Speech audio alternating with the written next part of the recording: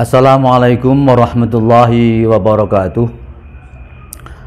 Alhamdulillah wa syukurillah wa la khawla wa la quwwata illa billah.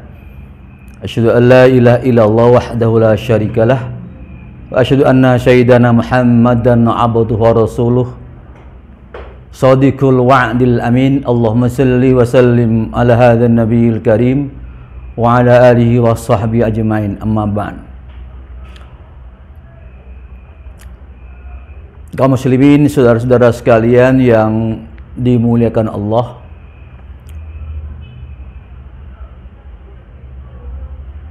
pada saat-saat pasca peringatan Maulid Nabi ini kita layak mengambil hikmah teladan dari sosok profil beliau Rasulullah Muhammad sallallahu alaihi wasallam yang memang dalam sejarah, baik sejarah dalam Al-Quran, dalam berbagai hadis dan berbagai risalah-risalah sejarah sirah nabawiyah, diakui bahwa Rasulullah Muhammad sallallahu alaihi wasallam memiliki akhlakul karimah. Akhlakul karimah, Al-Karim adalah akhlak yang mulia. Maka disebutkan karena khuluquhul Quran, beliau itu adalah akhlaknya Al-Quran. Akhlakul karimah, karimahnya di sini tentu dimuliakan di hadapan Allah, dimuliakan di hadapan manusia, dan dimuliakan oleh segenap alam semesta. Karena akhlakul karimah itu impactnya, efeknya adalah pada sesama manusia, kepada seluruh alam semesta, dan tentu akhlak pada Allah Subhanahu wa Ta'ala.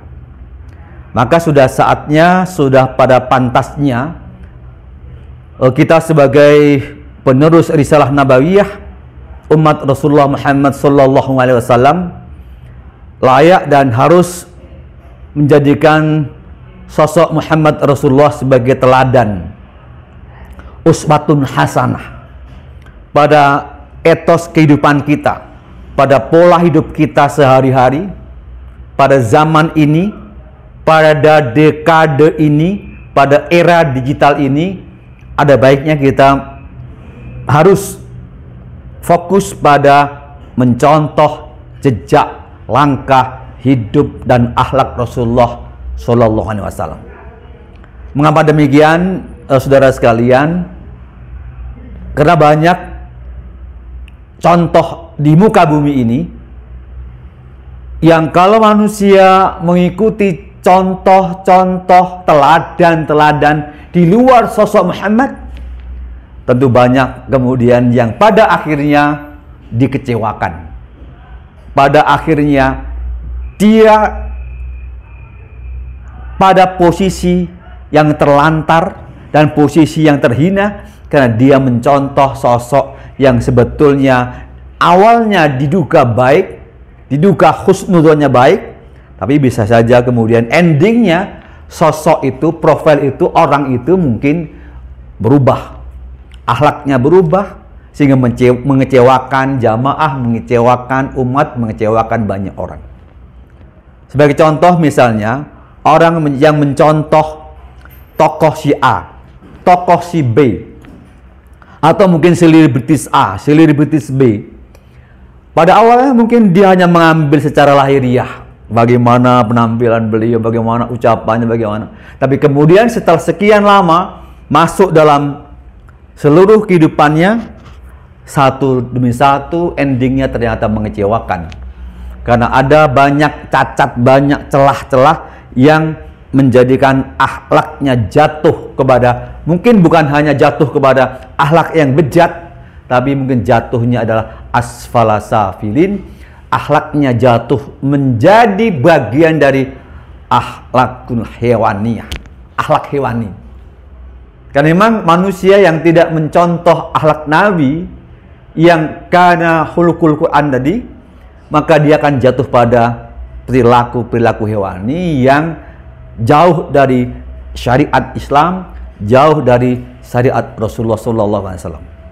Nah, pertanyaannya adalah apa dan bagaimana kita bisa mencontoh beliau? Padahal beliau adalah sosok pilihan Allah, manusia yang luar biasa, yang istimewa. Bagi kita, bagi manusia yang awam, mungkin dianggap berat dan susah untuk mencapai makom akhlakul karimah. Oleh karena itu, ada beberapa poin penting yang bisa kita jadikan acuan. Kita layak mencontoh Rasulullah SAW. Yang pertama adalah jadikanlah Rasul sebagai contoh teladan terbaik, uswatun hasanah, akhlakul yang baik untuk kehidupan kita, untuk kehidupan kita sehari-hari, karena beliau adalah memang ucapannya adalah Al-Quran. Apa yang diucapkan itu adalah Quran. In huwa illa wahyu yuha. Jadi apa yang diucapkan itu adalah berdasarkan Al-Quran. Bahkan Nabi sendiri mengatakan, tahallaku bi akhlakillah. Berakhlaklah kamu sebagaimana akhlak Allah. Akhlak Allah itulah sifat-sifat Allah, karakteristik Allah yang Rahman, yang Rahim, yang Adil, yang Latif, yang lembut dan seterusnya, itu dijadikan sebagai bagian dari akhlak kita. Mental kita sebagai bagian dari akhlak mengikuti Rasulullah SAW. Yang kedua, selain bersandar pada Al-Quran, kita mencontoh etos akhlak Nabi dalam ucapan-ucapan dan perkataan-perkataan beliau. Kata-katanya adalah kata-kata yang baik. Wa qulu qawlan ma'rufa, wa qulu qawlan sadida, wa qulu qawlan maisura, wa qulu qawlan thaqila. Beliau senantiasa berkata-kata hikmah, berkata-kata bijak, berkata-kata arif, berkata-kata baik. Sehingga ucapan-ucapan itu layak kita jadikan teladan bagi kita dalam kehidupan sehari-hari. Jangan gampang kita berucap, berkata, berkalimat, berbahasa jelek. Karena semua kata-kata itu impact-nya adalah ending kepada kita semua. Makanya kan ada pepatah yang mengatakan ucapanmu adalah doa, ya kan? Ucapan adalah doa. Dan ini contoh konkret dari teori NLP, Neuro Linguistic Program, yang saraf-saraf kebahasaan di otak itu mencetak ucapan manusia krek baik atau krek tidak baik. Kalau ucapannya di sini disetting dengan krek baik, maka ucapannya senantiasa santun, bernas, berbobot, berkualitas, menyejukkan, memberikan hikmah dan seterusnya. Tapi sebaliknya, kalau di sini krek, terkunci jahat, maka orang itu ucapannya senantiasa jahat, menyakitkan, jorok, negatif, tidak memberikan ruang yang baik kepada manusia lain. Maka ucapan-ucapan yang baik itu menjadi ujung tombak dakwah Nabi. Kata-kata beliau adalah al-hikmah. Sehingga sesuai dengan hadis qudsi, ana inda dhanni 'abdi bi. Aku ini, kata Allah dalam hadis qudsinya, aku ini menyesuaikan dengan bagaimana hamba-hambaku berprasangka kepada diriku. Kalau hamba-hambaku berprasangka jelek kepadaku, aku pun akan beri ke dia jelek. Tapi kalau hamba-hambaku berprasangka baik kepadaku, aku pun akan berikan dia baik. Jadi ini jumbo dan connected dengan teori NLP tadi, yang kata-kata itu ternyata berimpact pada hasil seseorang. Misalnya seorang mahasiswa mengatakan, saya di semester ini, di mata kuliah ini, saya akan dapat nilai A. Saya akan berusaha belajar keras tenaga dan sekuat tenaga, saya akan serius. Insya Allah saya dapat nilai A. Betul. Akhirnya di akhir semester mahasiswa dapat nilai A karena dia ucapannya doa. Tapi mahasiswa yang pesimis, kalau yang tadi optimis, yang ini pesimis. Nah, yang pesimis itu hasilnya beda. Saya mungkin belum tentu dapat nilai B saja sudah bagus saya. Akhirnya dia dapat betul ya kan? Karena dia pesimis, gitu loh. Jadi ini ucapan ini memang luar biasa. Sehingga apa kata Allah dalam hadis qudsi itu harus dijadikan satu pegangan. ucapan-ucapan yang baik sebagaimana Rasulullah bersabda, kata-kata yang baik. Berbicara kamu yang baik, aw yasmut, atau engkau diam, kan gitu kan? Jadi kalau nggak bisa berkata baik, ya diam. Tapi Nabi mengatakan, as-samtu hikmatun wa qalilun fa'ilu.